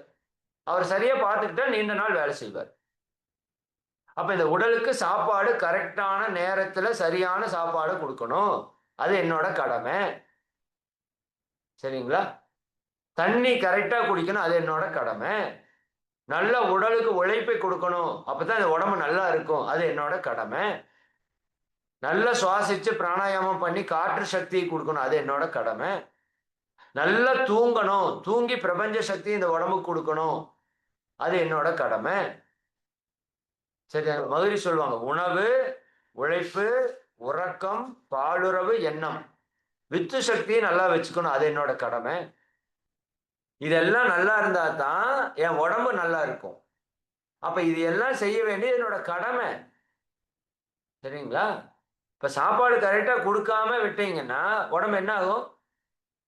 கெட்டு போயிடும். புரியுதுங்களா? அப்ப என் உடலுக்கான கடமைன்னு சிலது இருக்கு, அதை நம்ம கரெக்டா செய்யறோமா? நீங்க கேள்வி கேளுங்க. காலை சக்கரத்தில் வர்றவங்க எக்ஸலண்டா பண்றோம், அதுல மாற்று கருத்து இல்லை. அது 5:30 வர்றவங்களுக்கு தான் நான் சொல்றேன், 6:30 ஸ்பீச்சுக்காக வர்றவங்களுக்கு நான் சொல்லல. புரியுதா இல்லைங்களா? கொஞ்சம் பேர் அப்படியே நம்ம வருவோம், ஆனா ரொம்ப முக்கியம் பயிற்சி தான். இந்த ஸ்பீச் கூட உங்களை மாற்றுமான்னு எனக்கு தெரியாது, ஆனா நீங்க செய்யற பயிற்சி ஒவ்வொரு நாளும் உங்களுக்குள்ள மாற்றத்தை ஏற்படுத்தி கொண்டே இருக்கும். சரிங்களா? அப்ப உங்க உடலுக்கான கடமை உடற்பயிற்சி செய்யணும், உணவு, உழைப்பு, உறக்கம், பாலுறவு, எண்ணத்தில் அளவு முறை கடைபிடிச்சு சரியா வச்சுக்கணும். சரி, உங்க உயிருக்கான கடமை என்ன? மகரிஷி ஒரு பயிற்சி சொல்லி கொடுத்துருக்காங்க, உங்களுக்கு சொல்லி கொடுத்துருக்கோம், காயகல்பம்னு ஒரு பயிற்சி, உங்க உயிருக்கு செய்ய வேண்டிய பயிற்சி. சரிங்களா? உங்க உயிர் காலையிலிருந்து இரவு வரைக்கும் 24 மணி நேரம் வாழ்நாள் முழுக்க இயங்கிட்டே இருக்கு. உங்க உடல் தான் தூங்குது, உயிர் தூங்குறது இல்லை. நீங்க உடல் தூங்கும் போது அந்த உயிராற்றல் உள்ள உங்க உடம்போட கழிவெல்லாம் வெளியெடுத்து தீவிரமா வேலை செய்யுது. உங்க உயிருக்கு தூக்கமே கிடையாது, ஓய்வே கிடையாது, அது ஓடிட்டே இருக்கு வாழ்நாள் முழுக்க. அது நின்றுச்சுன்னா செத்து போயிடும். அப்படி ஒரு க்ஷணம் கூட நிக்காமல் ஓடுற உயிரை நீங்க நல்லா வச்சுக்கணுமா வேண்டாமா? அது கடன் பட்டிருக்கீங்களா இல்லையா? உங்களுக்காகத்தானே உயிர் ஓடுது. உயிர் போயிடுச்சுன்னா நம்ம வாழ்க்கை பிறப்பு வீணா போயிருமே. அப்ப அந்த உயிருக்கான காயகல்பத்தை நீங்க நல்லா செய்யணும். 3வது மனம். இந்த மனசை பயன்படுத்தி தானே வாழ்றோம். நம்ம வாழ்க்கையில இந்த மனதிற்கு மேல ஒண்ணும் இல்லை. சரிதானுங்களா? அப்ப இந்த மனதை பயன்படுத்தி நம்ம வாழ்றோம். அப்ப இந்த மனம் எவ்வளவு நமக்கு உதவி செய்யுது. இப்ப மனம் இல்லைன்னா என்ன ஆகும்? நான் அடிக்கடி சொல்லுவேன், உங்களுக்கு ஏதாவது இம்பார்ட்டன்ஸ் புரியணும்னா அது இல்லைன்னா எப்படி இருக்குன்னு யோசிச்சுப்பாரு. இந்த உடல் நல்லா இருக்கிறங்காட்டி நம்ம ஓடிட்டு இருக்கிறோம், உடல் கெட்டு போச்சுன்னா என்ன ஆகும்? நல்லா சாப்பிட முடியுமா? நல்லா தூங்க முடியுமா? நல்லா வேலை செய்ய முடியுமா? சம்பாதிக்க முடியுமா? சம்பாதித்து அனுபவிக்க முடியுமா? சந்தோஷமா இருக்க முடியுமா? எல்லாமே போயிடும். சரி, மனசு இயக்கம் இல்லை, என்ன பண்ணுவோம்? கோமா ஸ்டேஜில் நம்மளை படுக்க வச்சிருப்பான், நடைப்பிணமா. சரியா? நடக்காத பிணமா. உடம்பு இருக்கும், உயிர் இருக்கும், மனசு இல்லை. அப்ப இந்த மனசை வச்சுதான் எல்லாமே செய்யறோம். காலையில எந்திரிச்சதுன்னு நைட் தூங்குற வரைக்கும் எல்லா செயலும் மனசை வச்சுதான் செய்யறோம். அப்ப இந்த மனதை நல்லா வச்சுக்கணுமா வேண்டாமா? மனதுக்கு கடன் பட்டிருக்கிறோமா இல்லையா? மனதை பயன்படுத்துறீங்க, பயன்படுத்துறதுக்கு கடன் பட்டிருக்குமா இல்லையா? அப்ப மனசை நல்லா வச்சுக்கிறதுக்கு என்ன பண்ணணும்? தியானம் பண்ணணும், நல்ல சிந்தனைகள் மனசில் இருக்கணும். சரியாங்களா? கோபம், பொறாமை, கவலை, வெறுப்பு இதெல்லாம் இல்லாம நம்ம மனதை வச்சுக்க வேண்டியது என்னுடைய கடமை. அப்ப அதற்கு தான் தற்சோதனைன்னு ஒரு பயிற்சி மகிழ்ச்சி கொடுக்குறாங்க. அப்ப இப்ப யாருக்கு, அதனாலதான் சொன்னாங்க தனக்கு போகத்தான் தானமும் தர்மமும். சரிங்களா? இப்ப நாம நம்ம உடம்புக்கான கடமை, நம்ம உயிருக்கான கடமை, நம்ம மனதிற்கான கடமை செய்யாததால நம்ம உடம்பு கெட்டு, நம்ம மனசு கெட்டு, நம்ம உயிர் கெட்டு கிடக்குது. இது கெட்டதால நம்ம குடும்பத்து கடமை நம்மளால சரியா செய்ய முடியல. என் சமுதாயத்துக்கு செய்ய வேண்டிய கடமை என்னால செய்ய முடியல. அப்ப கடமை செய்யலைன்னு எனக்கு என்ன வருது? பாவம் பிடிக்கிறது, என் வாழ்க்கையில துன்பம் வருது. புரிஞ்சுதுங்களா? அப்ப முதல் மகரிஷி என்ன சொல்றாங்க? தனக்கான கடமையை நீங்க சரியா செய்யுங்க.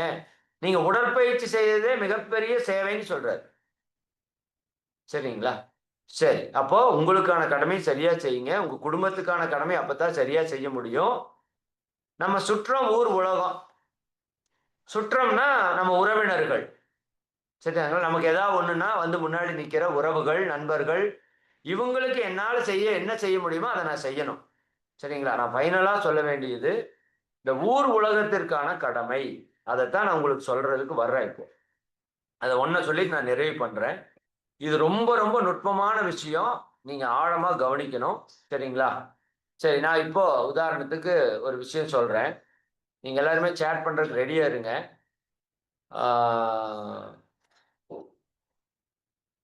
இப்போ நாம ஒரு ஜூஸ் வாங்கி குடிக்கணும். சரிங்களா? ஜூஸோ அல்லது வீட்டுல வந்து ஒரு மூலிகை தேநீர் அல்லது ஒரு சுக்கு மல்லி காஃபி ஏதாவது ஒன்று வச்சு குடிக்கணும். டீ காஃபி நம்ம குடிக்கக்கூடாது. அதனால் இல்லைன்னா டீ குடிக்கணும்னு நான் சொல்லிடுவேன். சரிங்களா? ஒரு சுக்குமல்லி காஃபி நீங்கள் குடிக்கணும்னு வச்சுக்கோங்க. சரியா? அதுக்கு எத்தனை பேரோட உழைப்பு நமக்கு தேவை அப்படின்னு சொல்லுங்களேன் பார்ப்போம். சேட்டில் போடுங்க.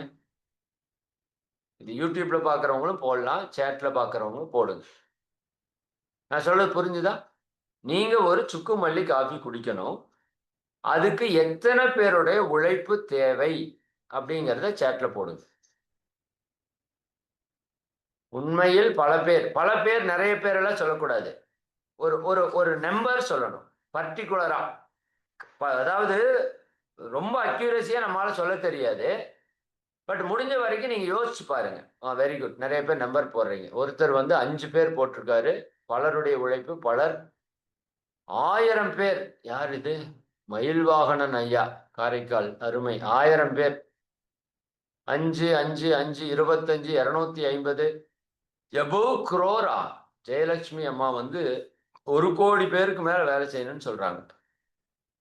சக்தி 5 பேரு, விவசாயி பல 1000 பேர், 4 பேரு, 5 பேரு, 20 பேரு, குறைந்தபட்சம் 10 பேர். Okay, 10 countless. இது யாருங்க? ஜான்சி ராணி அம்மா. கவுண்ட்லெஸ்னா எண்ணவே முடியாதா? 850 கோடி பேர் தான் இருக்கிறாங்க. சரிதானா? கவுண்ட்லெஸ்னா என்னவே முடியாத அளவுக்கு 3 பேர். யாருப்பா அது? செல்வராணி அம்மா. 3 பேர். Okay, right. உங்களுக்கு தெரிஞ்சது போடுங்க, எதுவுமே தப்பு சரியில்லை. 10 பேர், 5 பேர், 7 பேர், 100 பேர், 10, 4, 5, எண்ணில் அடங்காதவை. கவிதா அம்மா, பெங்களூர். ஓகே. 1000 பேர், 10 பேர், 100 பேர், 50, 10, 10, 10, 50, பல பேர், பல ஆயிரம், இந்த 3 பேர் 5 பேர் சொன்னவங்களுக்கு என்னடா லூசு மாதிரி பல ஆயிரம் பேர், கோடிக்கணக்கான பேர், லட்சக்கணக்கான பேர்னு என்னென்னவோ சொல்லிட்டு கிடக்குறானுங்களே அப்படின்னு ஒரு இது தோணும். ஒரே நிமிஷம். இவனுக்கு என்ன மூளை குழம்பிருச்சா அப்படி கூட நிறைய பேருக்கு தோணும் இல்லையா? கோடிக்கணக்கான பேர், பல ஆயிரம் பேர். சரி, ஓகே. இப்போ 3 பேர்ல இருந்து கோடிக்கணக்கான பேர் வரைக்கும், கவுண்ட்லெஸ் வரைக்கும் சொல்லியிருக்கீங்க. சரி, நீங்க எல்லாருமே இப்போ சேட் பண்ண தெரிஞ்சவங்க சேட் பண்றீங்க, சேட் பண்ண முடியாதவங்க மனசுக்குள்ள நினைச்சுக்கோங்க. சரி, நான் இதுக்கு ஒரு சின்ன ஒரு 5 நிமிடம் ஒரு விளக்கம் கொடுக்குறேன். நீங்க நல்லா ஆழமா புரியணும்.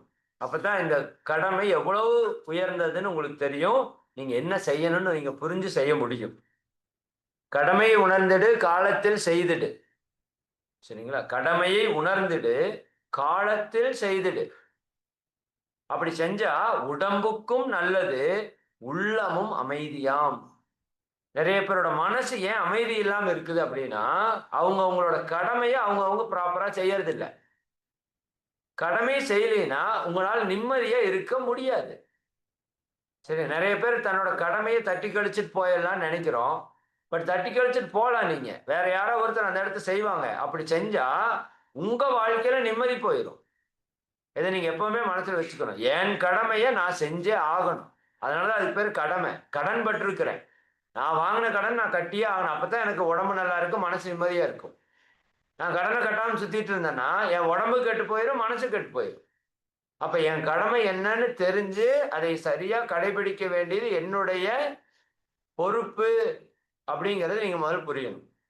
சரி, இப்போ ஒரு சுக்கு மல்லி காஃபி குடிக்கிறோம். அதுக்கு எத்தனை பேர் உழைப்பு தேவைப்படும்? நல்லா ஆழமா சிந்தனை புரிஞ்சுக்கணும். நான் அன்னைக்கு ஒருத்தர் கேட்டேன், அவர் எத்தனை பேர் நானே போய் வச்சு குடிச்சுக்குவேன் அப்படின்னாரு. ஒரே ஆள் போதும், சரிங்களா? நானே என்ன பண்ணிடுவேன், போய் வச்சு நானே குடிச்சுக்குவேன். இதுக்கு எதுக்கு சார் எத்தனை பேர் உழைப்பு? இப்படியே கேட்கறவங்க இருக்காங்க, சரிங்களா? சரி, இப்ப சிந்திப்போம். இப்போ ஒரு சுக்குமல்லி காஃபி நீங்க குடிக்கணும்னா ஒரு டம்ளர்ல தானே குடிப்போம், ஒரு டம்ளர்ல குடிப்போம் இல்லையா?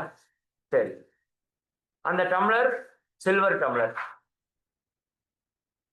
இப்ப நான் சுக்குமல்லி காஃபி முழுசா தயாரிக்கிறத பத்தி பேச போறது இல்லை, சரிங்களா? அந்த சுக்குமல்லி காஃபி குடிக்கிறதுக்கு ஒரு டம்ளர் வேணும் இல்ல? அந்த டம்ளரை பயன்படுத்தி தானே குடிக்கிறீங்க. அப்ப அந்த காஃபி குடிக்கிறதுல அந்த டம்ளரோட உழைப்பு இருக்குமா? இது கொஞ்சம் சிந்திச்சு நீங்க புரியணும். அதாவது இப்போ நீங்க ஒரு மார்க்கெட் போறீங்க. மார்க்கெட் போறப்ப ஒரு கேரட் விற்கிறாங்க. கேரட் எவ்வளவு கிலோ? கிலோ 70 ரூபாய் சொல்றாங்கன்னு வச்சுக்கோங்க. விவசாயி கிட்ட எவ்வளவு கிலோ இருக்கும்? 50 ரூபா தான் இருக்கும். இப்ப 70 ரூபாய்க்கு விற்கிறாங்க. ஏன்னு கேட்டா என்ன சொல்லுவாங்க? ஏன்னா ஊட்டியிலிருந்து கேரட்டை இங்க கொண்டுட்டு வரணும், லாரி. சரியா? அந்த லாரிக்கான வாடகை, அந்த டிரைவருக்கான சம்பளம், இதெல்லாம் கொடுத்தா 10 ரூபா வந்துருக்கு. சரியா? அதுக்கப்புறம் கடைக்கான கூலி, அதுக்கப்புறம் இங்க வாங்கி விற்கிறவங்களுக்கான ஒரு சிறு லாபம். அவங்க இருக்கிறதுனால தான் நீங்க வாங்கி விற்கிறீங்க. அப்ப இப்போ 50 ரூபாய்க்கு வித்த கேரட்டு வண்டியில வருது. வண்டியில வர்றப்ப அந்த கேரட் கூட எது சேர்ந்துக்குது? அந்த வண்டியோட உழைப்பு சேர்ந்துக்குது, வண்டிக்கான செலவு சேர்ந்துக்குது. இப்ப கேரட்டை 70 ரூபாய்க்கு நம்ம வாங்குறோம், கரெக்டா? அது மாதிரி நீங்க குடிக்கிற டீல, சுக்குமல்லி காஃபில இந்த டம்ளரோட உழைப்பு இருக்கா? இந்த உழைப்பை பயன்படுத்தி தானே அந்த காஃபியை குடிக்கிறீங்க. இப்ப இந்த டம்ளர் வர்றதுக்கு எத்தனை பேர் உழைச்சிருப்பாங்கிறதா இப்ப கேள்வி. இன்னும் சுக்குமல்லி காஃபி எல்லாம் பேச முடியாது, அதெல்லாம் பேசினா ஒரு நாள் வேணும். இப்ப நான் 5 நிமிஷத்துல சொல்லி இந்த டம்ளரோட உழைப்பை நான் டீ குடிக்கிறதுல பயன்படுத்தி இருக்கேன். இந்த டம்ளரோட, அது டம்ளரோட தயாரிக்கிற உழைப்பை பத்தி நான் பேசவே முடியாது, அது மிகப்பெரிய ப்ராசஸ். அதுல ஒரு சிறு பகுதியை உங்களுக்கு சொல்றேன். சரி, இப்ப இந்த டம்ளர் இருக்குல்ல, இந்த டம்ளர் எங்க இருந்தது முதல்ல? நீங்க வாங்கிட்டு வரக்கு முன்னாடி எங்க இருந்ததுன்னா ஒரு கடையில இருந்தது. இப்போ உதாரணத்துக்கு நாங்க திருப்பூர், இங்க அனுப்புறபாளையம் பாத்திர கடைகள் நிறைய இருக்கிற இடம். அங்க ஒரு கடையில ஒரு கணபதி ஸ்டோர்னு வச்சுக்கோங்களேன். அங்க போய் நான் போய் அந்த டம்ளர் வாங்கிட்டு வரேன். சரியா? இந்த வாங்கிட்டு வர்றதுக்குள்ள இந்த டம்ளர்ல எத்தனை பேரோட உழைப்பு இருக்குன்னு நீங்க பாருங்க. தயாரிக்கிறதெல்லாம் இல்ல, வாங்கிட்டு வர்றதுக்குள்ள. சரி, எப்படி நான் வாங்கிட்டு வந்திருப்பேன்? எங்க வீட்டுல இருந்து 2 வீலர் எடுத்துட்டு போய், ஆனா எனக்கு ஒரு 4 டம்ளர் வேணும், தட்டு வேணும்னு சொல்லி வாங்கியிருப்பேன் இல்லையா? இப்ப அங்க போயிட்டு அந்த டம்ளரை வாங்கிட்டு எதுல வந்திருப்பேன்? 2 வீலர்ல வந்திருப்பேன். சரியா? அப்போ அந்த டம்ளருக்குள்ள இந்த 2 வீலரோட உழைப்பு இருக்கா? கொஞ்சம் சிந்திச்சு புரிஞ்சுக்கணும். அந்த டம்ளருக்குள்ள நான் பயன்படுத்தின 2 வீலரோட உழைப்பு இருக்கா? எப்படி கேரட்டுக்குள்ள அந்த லாரியோட உழைப்பு வந்துருச்சுல்ல, அது மாதிரி அந்த டம்ளர் 2 வீலர் மூலமா எடுத்துட்டு வர்றீங்கன்னா 2 வீலரோட உழைப்பு அந்த டம்ளருக்குள்ள வந்துருச்சு. அந்த டம்ளரோட உழைப்பு நாம குடிக்கிற சுக்கு காஃபியில் இருக்கு. சரியா? அப்ப இந்த டம்ளர் வர்றதுக்கு காரணமா இருந்த அந்த 2 வீலர் எத்தனை ஸ்பேர் பார்ட்ஸ்? யோசிச்சு பாருங்க. 100 ஸ்பேர் பார்ட்ஸ் இருக்குமா? Tyre, light, brake, chain, engine, சரிதானா? எல்லாம் சேர்த்து ஒரு 100 ஸ்பேர்ஸ் இருக்குமா? 100 ஸ்பேர்ஸ் எத்தனை பேர் செஞ்சிருப்பாங்க? எத்தனை பேரோட உடல் உழைப்பு, அறிவு, ஆற்றல் அதுக்குள்ள இருக்குது? சரிங்களா? இன்னும் அந்த டயர் சுத்துது இல்ல, நம்ம முற்காலத்துல சக்கரம் கண்டுபிடிச்சாங்கன்னு படிச்சிருக்கோம்ல, அவரோட உழைப்பு தான் இங்க டயரா சுத்திட்டு இருக்கு. வீலா சுத்திட்டு இருக்கு.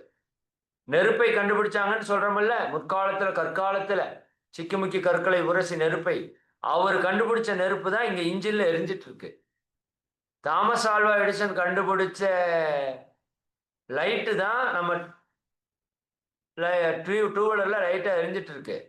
இன்ஜினை கண்டுபிடிச்சது யாரு, கரண்ட்டை கண்டுபிடிச்சது யாரு, எத்தனை பேரோட உழைப்பு அந்த டூ வீலருக்குள்ள இருக்கு. புரியுதுங்களா? அப்ப அத்தனை பேரோட உழைப்பும் டம்ளர் மூலமா வந்து காப்பிக்குள்ள வந்துருச்சா இல்லையா? சரி, இது ஒண்ணு. இப்ப 100 ஸ்பேர் பார்ட்ஸ் எத்தனை பேர் செஞ்சிருப்பாங்க நீங்க யோசிச்சுக்கோங்க. ரெண்டாவது, இந்த டூ வீலர் ஓடணும்னா பெட்ரோல்ல தான் ஓடும். கரெக்டுங்களா? அப்ப பெட்ரோலோட உழைப்பை நம்ம பயன்படுத்தி இருக்கிறோமா? நம்ம காஃபி குடிச்சதுல? ஆமா, டூ வீலருக்குள்ள பெட்ரோலோட உழைப்பு. சரி, பெட்ரோல் டேங்குக்கு எப்படி வருது? லாரி மூலமா வருது. அப்ப லாரியோட உழைப்பு நம்ம பெட்ரோலுக்கு வந்திருக்கா? வந்திருக்கு. பெட்ரோலோட உழைப்பு டூ வீலர் வந்திருக்கா? வந்திருக்கு. டூ வீலரோட உழைப்பு டம்ளர், டம்ளரோட உழைப்பு காஃபி. அப்ப அந்த லாரி எத்தனை ஸ்பேர் பார்ட்ஸ்? யோசிச்சு பாருங்க, கொஞ்சம் தலை சுத்தும். இதுதான் ஞானிகள். ஞானிகளுக்கு நமக்கு இருக்கிற வித்தியாசம் என்னன்னா, அவங்க சிந்திப்பாங்க, பயங்கரமா சிந்திப்பாங்க உண்மைகளை. சரியா? அப்ப லாரி எத்தனை ஸ்பேர் பார்ட்ஸ்னா ஆயிரக்கணக்கான 1000 ஸ்பேர் பார்ட்ஸ் இருக்குன்னு வச்சுக்கோங்க உதாரணத்துக்கு, எனக்கு தெரியல. அப்ப அதுக்கு எத்தனை பேர் உழைச்சிருப்பாங்க, எத்தனை பேரோட அறிவு பயன்பட்டு இருக்கும். சரிங்களா? சரி, இப்ப லாரி பெட்ரோல் கொண்டு வந்துருச்சு. நான் பெட்ரோல் யூஸ் பண்ணியிருக்கேன். பெட்ரோல் எங்க உற்பத்தி ஆகுது? அரபு நாடுகள்ல உற்பத்தி ஆகுது. எங்க? அரபு நாடுகள்ல உற்பத்தி ஆகுது பெட்ரோல். புரியுதா நீங்க? அப்ப பெட்ரோல் அரபு நாடுகள் உற்பத்தி ஆகுது. அங்கிருந்து எப்படி நம்ம பெட்ரோல் இங்க வருது இந்தியாவுக்கு? கப்பல் மூலமாக வருகிறது. தெரியுமா உங்களுக்கு? கப்பல்ல வருது. சரியா? கப்பல் எத்தனை ஸ்பேர் பார்ட்ஸ்? ஆயிரக்கணக்கான ஸ்பேர் பார்ட்ஸ் இருக்கும். அது இருக்குமா இல்லையா? சரிதானுங்களா? அப்ப அத்தனை ஸ்பேர் பார்ட்ஸும் அந்த பெட்ரோலோடக்குள்ள வந்து, பெட்ரோல் இதுக்குள்ள வந்து, இப்படி நீங்க கணக்கு போட்டா நீங்க குடிக்கிற காபிக்குள்ள எத்தனை பேரோட உழைப்பு இருக்கு யோசிச்சு பாருங்க. இந்த உலகத்துல இன்னைக்கு இருக்கிற கோடிக்கணக்கான மக்களுடைய உழைப்பு. எங்கேயோ ஒருத்தர் பெட்ரோல் கிணத்துல இறங்கி வேலை செய்யறது தான் உங்களுக்கு பெட்ரோலா வருது. அதான் சொல்லுவாங்க, யாரோ சேத்துல கால் வச்சு வேலை செஞ்சாம நீ சோத்துல கை வைக்க முடியாது. நீ சோத்துல கை வைக்கணும்னா ஒரு விவசாயி சேத்துல கால் வச்சு வேலை செய்யணும். புரியுதா இல்லைங்களா? அப்ப என்னுடைய வாழ்க்கை உழைப்பு, வாழ்க்கை நல்லா வாழ்றதுக்கு எத்தனை பேருடைய உழைப்பை நான் வாங்கிட்டு இருக்கேன் யோசிச்சீங்கன்னா அப்படியே உங்களுக்கு மலைச்சு போயிருவீங்க. அதனாலதான் எந்த பொருளையும் வீணாக்க கூடாதுன்னு சொல்லுவாங்க. சரிதானா? சாப்பாட்டை வீணாக்க கூடாதும்பாங்கல்ல.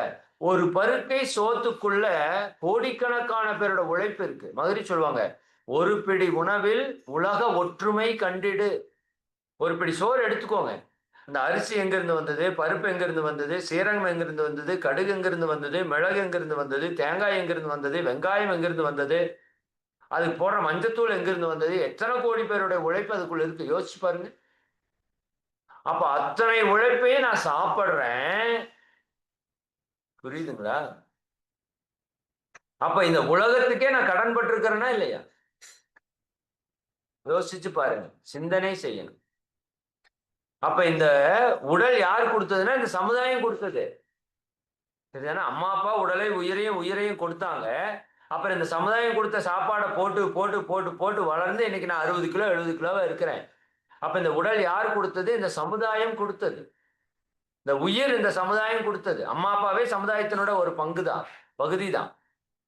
எனக்கு அறிவு யார் கொடுத்தது? இந்த சமுதாயம் கொடுத்தது. அப்ப என்னோடதுல என்ன இருக்கு? ஒண்ணும் கிடையாது. இந்த வண்டியில பின்னாடி எழுதியிருப்பாங்க, மோதி விடாதே மொத்தமும் கடன் அப்படின்னு எழுதியிருக்காங்க, பார்த்துருக்கீங்களா? இப்ப அது எழுத வேண்டிய இடம் நம்ம நெத்தி தான். மோதி விடாதே மொத்தமும் கடன். இது மொத்தமா இந்த சமுதாயத்துக்கு கடன் பட்டிருக்கிறோம். அப்ப இந்த சமுதாயத்திற்கு நான் வாழ்ற காலத்துல மதுரை சொல்லுவாங்க, நான் பிறந்ததுல இருந்து இன்னைக்கு வரைக்கும் எனக்கு தேவையான எல்லாத்தையும் இந்த சமுதாயம் கொடுத்துருக்குல்ல. யோசிச்சு பாருங்க. சரியா? இப்ப நான் உண்ணக்கூடிய உணவு நான் தயாரிச்சதா? நீங்க தயாரிச்சதா?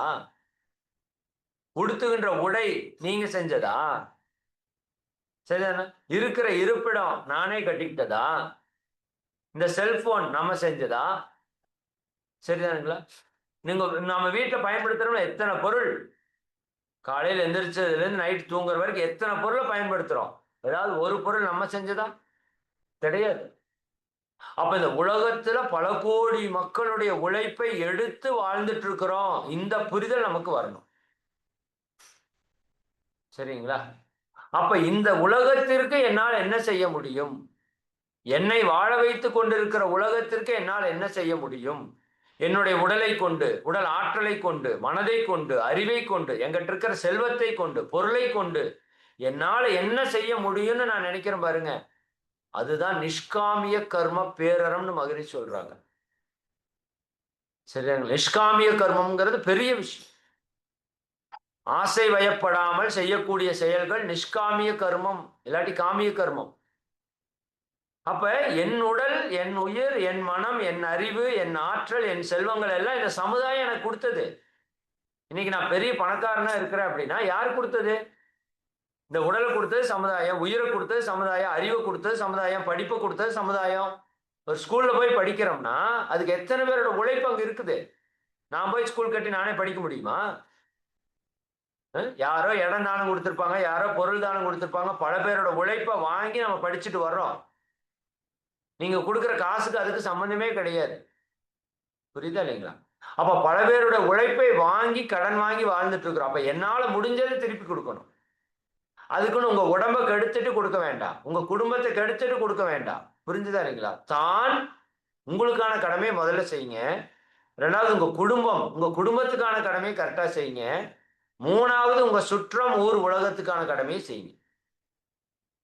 சரிங்களா? இப்ப ஒன்றை சொல்லி நான் நிறைவு செய்யறேன்.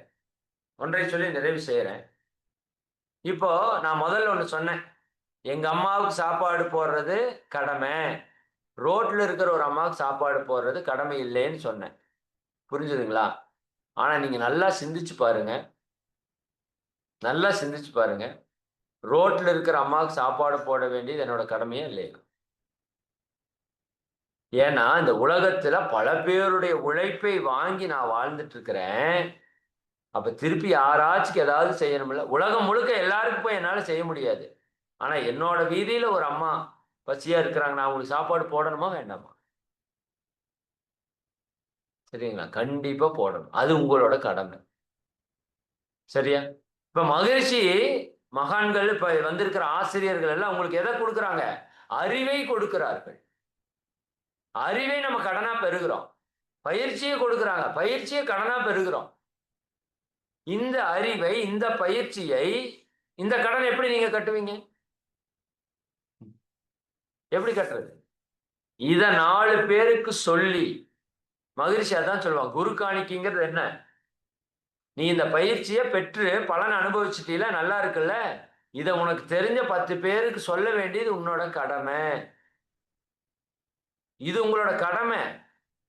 நாம நிறைய பேர் என்ன நினைக்கிறோம்? இந்த பயிற்சி மற்றவங்களுக்கு சொல்றது ஒரு சர்வீஸ் நினைக்கிறோம். சர்வீஸ் அல்ல. ஒரு பாத்ரூமை நீங்க போய் 10 தடவை யூஸ் பண்றீங்க. இப்ப அந்த பாத்ரூமை கழுவ வேண்டியது உங்களோட கடமையா சர்வீஸா? என்னோட கடமை. நான் 10 தடவை யூஸ் பண்ணி அதைய பயன்படுத்தி அதுகிட்ட கடன் பெற்றிருக்கு, அதை சுத்தம் பண்ணி வைக்க வேண்டியது என்னோட கடமை. புரியுதா இல்லைங்களா? அப்ப இந்த புரிதல் உங்களுக்கு நல்லா வரணும். அப்ப இந்த வாழ்க்கை எதுக்காக கொடுக்கப்பட்டிருக்குன்னா என்னோட கடனை கட்டுவதற்காக கொடுக்கப்பட்டிருக்கு. அதுல முதல் உங்க உடல், உயிர், மனம் நல்லா வச்சுக்கோங்க. அப்பதான் உங்க கடனை நீங்க சரியா கட்டி சீக்கிரம் இறையுணர்வை பெற முடியும். கடனை எங்கெல்லாம் நீங்க கட்டாம ஏமாத்துறீங்களோ அது உங்க உடலுக்கு, உயிருக்கு, மனதிற்கு ஏமாத்துறோம். நம்ம என் குடும்பத்துக்கு செய்யற கடமை ஏமாத்துனீங்க அப்படின்னா, அல்லது இந்த ஊர் உலகத்துக்கு செய்யற கடமை ஏமாத்துனீங்க அப்படின்னா, உங்க உடம்புல என்ன வரும்? நோய் வரும், உங்க மனதுல குழப்பம் வரும், உங்க வாழ்க்கையில சிக்கல் வரும். நீங்க இறையுணர்வை பெறுவது என்பது சாத்தியம் இல்லை. ஏன்? நீங்க நிம்மதியாவே வாழ முடியாது. புரியுதா இல்லைங்களா? அப்ப இதை புரிஞ்சுக்கிட்டு ஒண்ணு நாள் ஒண்ணு கெடாம பார்க்கணும்னு மகிழ்ச்சி சொல்றாங்க. நான் உலகத்துக்கு போய் கடமையாற்றுன்னு சொல்லிட்டு உங்க உடம்புக்கு எடுத்துக்க கூடாது. அதுக்கு நான் என் குடும்பத்தை மட்டுமே பார்த்துக்கிறேன்ட்டு உங்க உடம்புக்கு எடுத்துக்க கூடாது. நான் என் உடம்ப மட்டுமே பார்த்துக்கிறேன்னு சொல்லிட்டு என் குடும்பத்தை விட்டுறக்கூடாது, சமுதாயத்துக்கு செய்யறதை விட்டுறக்கூடாது. எதை எதை எவ்வளவு செய்ய முடியும்னு சிந்திச்சு அதை அவ்வளவு செய்யணும். சரிங்களா? புரிஞ்சிச்சா? சிம்பிளா சொல்றேன். பல கோடி மக்களுடைய உழைப்பை எடுத்து வாழ்ந்துட்டு இருக்கிறோம். என்னோட வாழ்க்கையில எனக்கு தேவை போக என்ன என்னால மற்றவங்களுக்கு இப்ப குணபாலன் ஐயாக்கு இது செய்யணும்னு என்ன இருக்குது? புரியுதுங்களா? வேதாத்திரி மகரிஷி கடமையை பத்தி அப்படி பேசுவாங்க. குணபாலன் ஐயா காலையில வந்து உட்கார்ந்து இதுல என்ன நம்ம லட்சக்கணக்கில் சம்பளம் கொடுக்குறோமா? இங்க வரக்கூடிய ஆசிரியர்களுக்கு என்ன 1000 கொடுக்குறோமா? கிடையாது. இதெல்லாம் எங்களோட கடமை. சரிங்களா? உங்களுக்கு கொடுக்க வேண்டியது எங்களோட கடமை. இந்த சமுதாயம் எங்களுக்கு எத்தனையோ கொடுத்துருக்கு. இந்த அறிவை கொடுத்தது மகரிஷி. இது என்னோட அறிவு அல்ல. எதுக்காக கொடுத்துருக்குறாங்க? அப்ப மகரிஷிட்ட இருந்து கடன் வாங்கிட்டோம். அப்ப நான் இதை திருப்பி கொடுக்க வேண்டியது என்னோட டியூட்டி.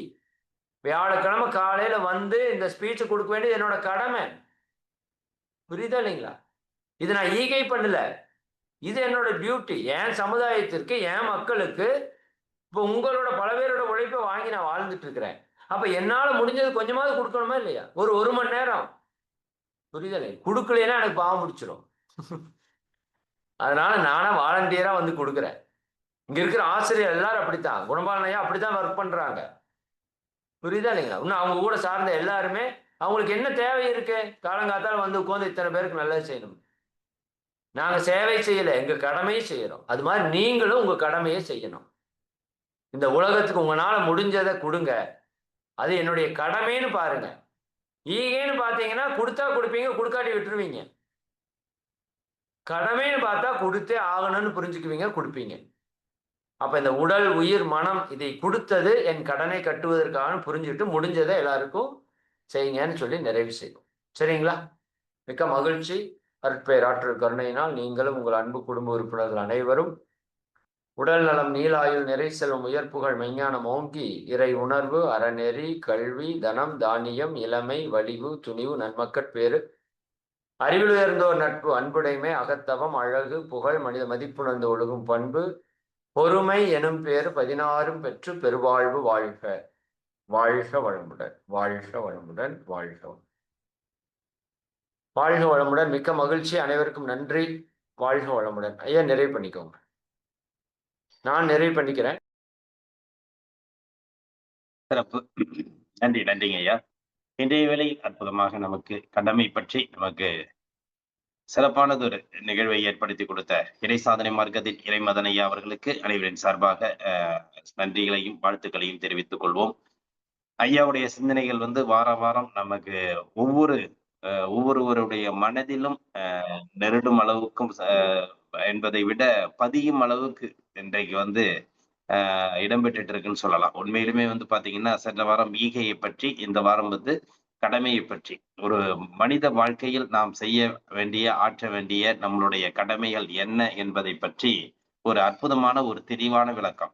பெற்ற தாய்க்கும் மற்ற தாய்க்கும் உள்ள வித்தியாசம் என்ன அப்படிங்கிறத சிறப்பான ஒரு விளக்கம் கொடுத்தாங்க. இதை விட ஒரு நிகழ்வு அப்படின்னாக்கா அது கண்டிப்பாக அது நமக்கு ஏற்குமா அப்படின்னா அது இல்லை. ஒரு பெற்ற தாய்க்கு நாம் செய்ய வேண்டியது நமது கடமை. மற்ற தாய்க்கு நாம் செய்ய வேண்டியது ஒரு பொறுப்பு தான். கடமை என்பதை விட ஒரு பொறுப்பு தான். அது செஞ்சாலும் நமக்கு பாவங்கள் வராது. ஆனா புண்ணியங்கள் சேர்றதுக்கு வாய்ப்பு இருக்கு. ஆனா பெற்ற தாய்க்கு நாம் செய்ய வேண்டியது, செய்யவில்லை என்றால் நமக்கு பாவங்கள் தான் சேரும், புண்ணியங்கள் என்பது கிடையவே கிடையாது. அப்படிங்கிறத செஞ்சாதான் புண்ணியம் அப்படிங்கிறத பத்தி ஒரு அற்புதமான விளக்கம். உண்மையிலுமே பாத்தீங்கன்னா இன்னைக்கு வாழ்க்கையில எதையோ நம்ம நினைச்சுக்கிட்டு நம்ம ஓடிட்டு இருக்கிற அந்த காலத்துல என்ன